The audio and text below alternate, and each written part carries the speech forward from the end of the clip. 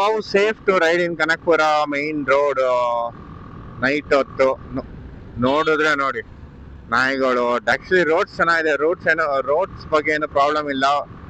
ನೀವು day time ಆರಾಮಾಗಿ ಸಕಲಾಗಿ ಹೋಗ್ಬಿಡ್ಬೋದು. The only problem is in night time. ನೋಡಿ ಈಗಲೇ ಕ್ರಾಸ್ ಮಾಡ್ಬೇಕಾದ್ರೆ ನಾಯಿ ಕ್ರಾಸ್ ಮಾಡ್ತಾ ಇತ್ತು, ಗೊತ್ತಾಗ್ಲಿಲ್ಲ ಆಲ್ಮೋಸ್ಟ್ ಇಲ್ಲಿ ನಿಯರ್ ಬೈ ಹೋಗಕಂಟ. ಸೊ ನಿಮ್ಗೆ ಆಕ್ಚುಲಿ ಈ ರೋಡಲ್ಲಿ ಬಂದ್ಬಿಟ್ಟು ಸ್ಪೀಡ್ ಲಿಮಿಟ್ ಬಂದ್ಬಿಟ್ಟು 100 ಇಟ್ಟಿದ್ದಾರೆ. ಸೊ ನಿಜವಾಗ್ಲೂ ನೋಡಿ ಸ್ಟ್ರೀಟ್ ಲೈಟ್ಸ್ ಎಲ್ಲ ಏನಿಲ್ಲ.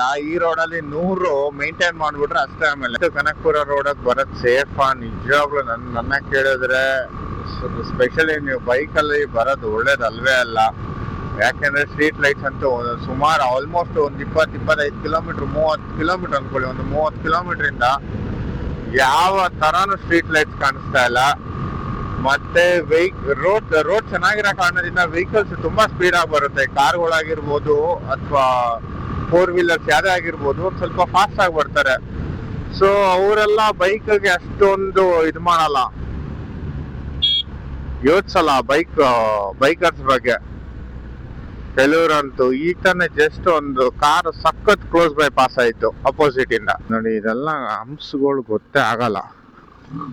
ಮತ್ತೆಲ್ಲ ಐಬಿಮ್ ಹಾಕೊಂಡ್ ಬರ್ತಾ ಇರ್ತಾರ ಈಗ ಲೇಟ್ ನೈಟ್. ಹೋಲಿ ಶಿಟ್. ನೋಡಿ ಆಲ್ಮೋಸ್ಟ್ 40-45 ಕಿಲೋಮೀಟರ್ ಬಂದಿದ್ದೀನಿ. ಈಗ ಇನ್ ಬಿಟ್ವೀನ್ ಒಂದು ಚಿಕ್ಕ ಊರು, ಸೊ ಅದಕ್ಕೆ ಒಂದು ಸ್ವಲ್ಪ ಲೈಟ್ಸ್ ಕಾಣಿಸ್ತಾ ಇದೆ. ಮತ್ತೆ ಈ ಊರು ದಾಟಿದ ತಕ್ಷಣ ನನಗೆ ಗೊತ್ತಿರ ಯಾವ ಲೈಟ್ಸು ಇಲ್ಲ. ನೋಡಿ ನಿಯರ್ಲಿ 45 ಕಿಲೋಮೀಟರ್ ಲೈಟ್ಸ್ ಇಲ್ಲ ಅಂತಂದ್ರೆ ಸ್ಟ್ರೀಟ್ ಲೈಟ್ಸ್ ಗಾಡಿಗಳೆಲ್ಲ ಹೆಂಗ್ ಓಡಾಡ್ಬೇಕು?